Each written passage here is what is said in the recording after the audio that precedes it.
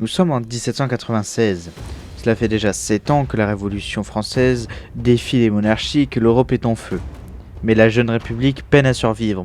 C'est alors qu'un jeune général corse de 26 ans prend le commandement d'une armée misérable, en route pour une guerre oubliée. En quelques mois, il bouleverse l'Italie, terrasse les empires et fait naître une légende. Voici la première campagne d'Italie, celle qui révélera Napoléon Bonaparte au monde.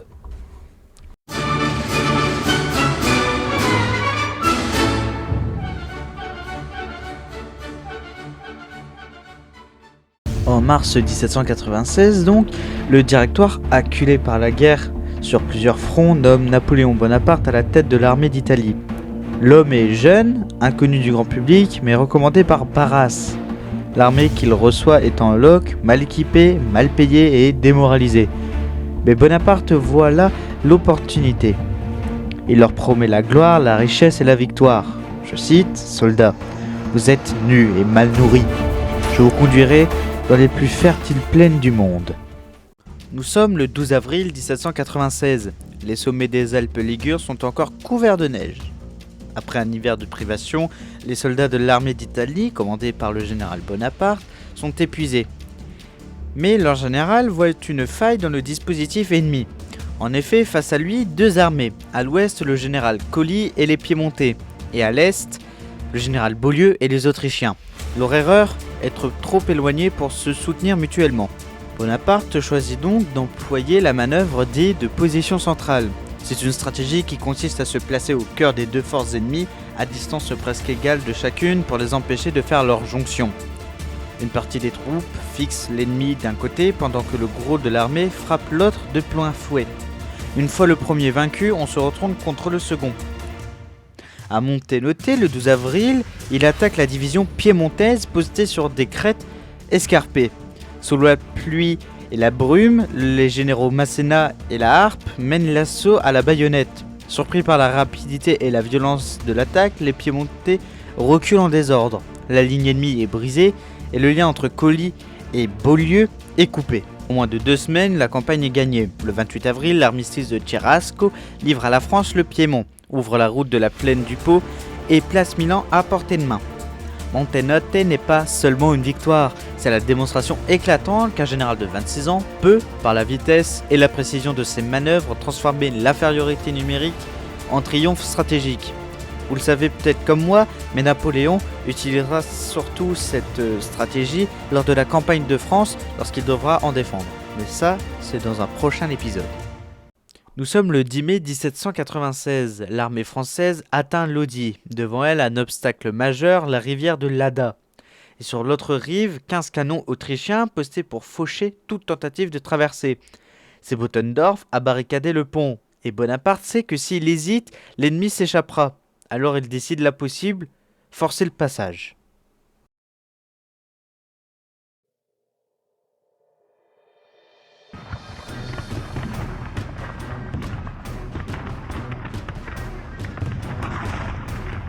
Les forces françaises, dans la matinée du 10 mai 1796, poursuivent l'arrière-garde autrichienne dans les rues de Lodi. Ils s'arrêtent net en voyant la longueur du pont et ce qui les attend au bout. Sous les feux nourris des 14 canons autrichiens posés sur l'autre rive, Napoléon attend désespérément l'arrivée des troupes du général Masséna. Masséna arrive et Napoléon est plus confiant. En effet, Masséna arrive avec 15 000 hommes et 30 canons en plus.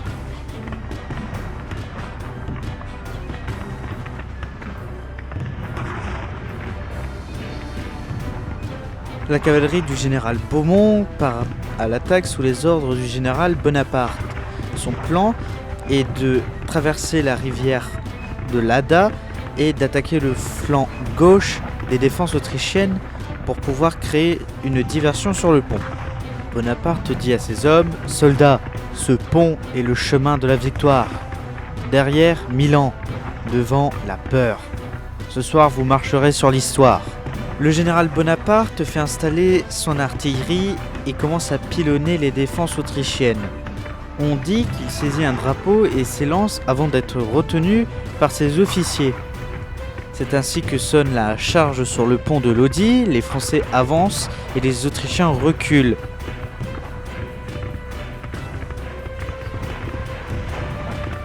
Le général Beaumont arrive au loin avec sa cavalerie pendant que les Français commencent à combattre les Autrichiens. Après un quart d'heure d'enfer et de combat, les Français atteignent l'autre rive. Les Autrichiens fuient et Lodi est prise. Lodi, c'est bien plus qu'une victoire, c'est un baptême. Bonaparte dira plus tard « Ce fut à Lodi que je me vis destiné à de grandes choses. Ce jour-là, la République a gagné un pont et perdu un simple général. » Après avoir franchi le Pô à Piacenza, Bonaparte se dirige vers Milan, joyau de la Lombardie.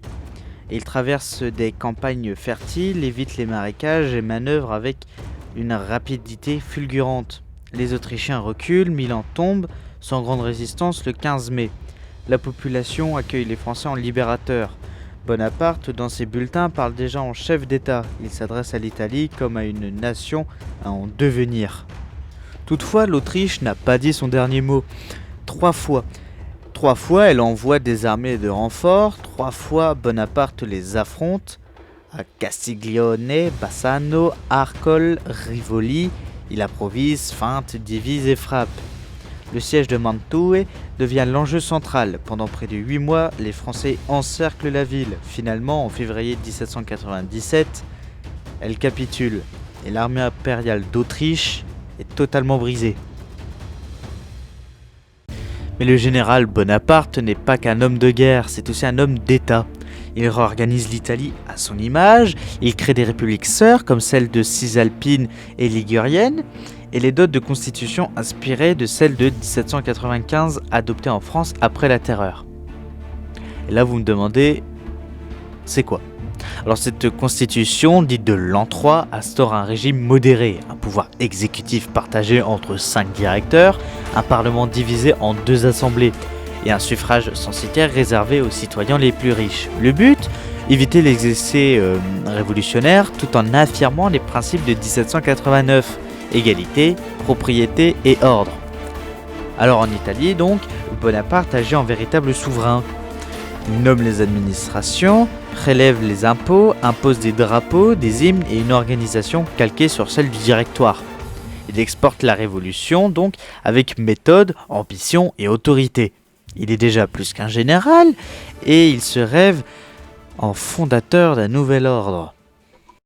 Nous sommes au printemps 1797. Après une série de victoires éclatantes en Italie du Nord, le général Bonaparte poursuit sa poussée vers l'Est. Il franchit les Alpes Juliennes, une chaîne escarpée et difficile d'accès qui relie l'Italie à l'Autriche.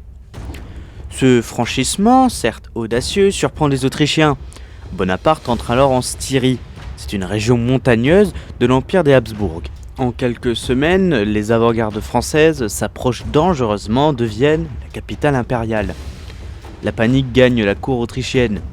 La France est désormais à portée de canon. Face à la pression militaire et craignant un soulèvement intérieur, l'empereur François II préfère négocier. C'est alors que des pourparlers pour la paix débutent à Leoben en avril 1797. Bonaparte y mène directement les négociations, imposant sa volonté face aux diplomates autrichiens, car il sait que la position militaire dominante est un levier décisif pour ces pourparlers.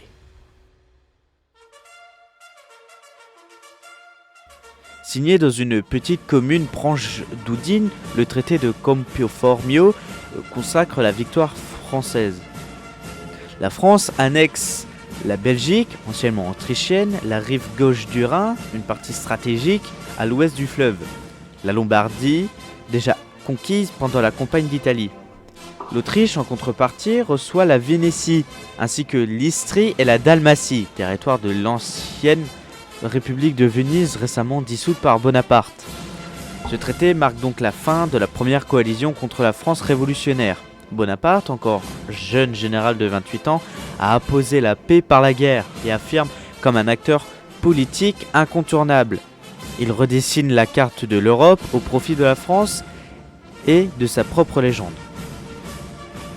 De retour en France, Bonaparte est accueilli en véritable héros. Il n'a pas seulement battu les Autrichiens, mais il a vaincu le destin. Effectivement, en un an, il a révélé une méthode, un style et une vision. L'armée l'admire, le peuple l'adore, mais les dirigeants du Directoire commencent à le craindre. L'Italie fut son terrain d'essai. Le monde, bientôt, sera son empire. Napoléon dira à ses troupes, soldats, souvenez-vous que du haut de ces Alpes, je vous ai conduit jusqu'à la gloire. Donc voilà, ce premier épisode de Napoléon, le génie des batailles est terminé. On se retrouve pour une prochaine vidéo la semaine prochaine, évidemment, comme vous le savez sans doute. N'hésitez pas à vous abonner, à liker et à commenter la vidéo et surtout à activer la cloche de notification. Et on se dit à la semaine prochaine.